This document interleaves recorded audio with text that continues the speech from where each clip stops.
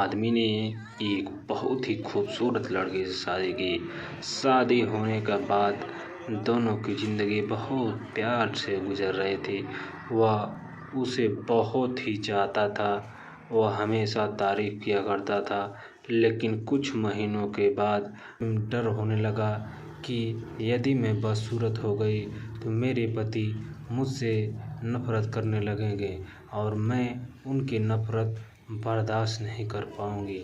इस बीच एक दिन तो लड़की कुछ भी कर देती, मगर उसके लिए उसके घर में जो भी कोई बोलता था या कुछ भी करता था उसके लिए बहुत कुछ करते थे। और घर की साफ सफाई, पूजा पाठ, मतलब सब कुछ करना उसको।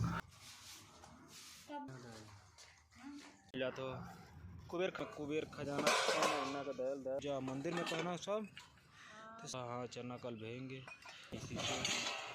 हाँ कुबेर खजाना का होती है सब उठा सुतलस कम जल्दी उठा चलते लगे तो नकिया में कलर लगाओ तो अपना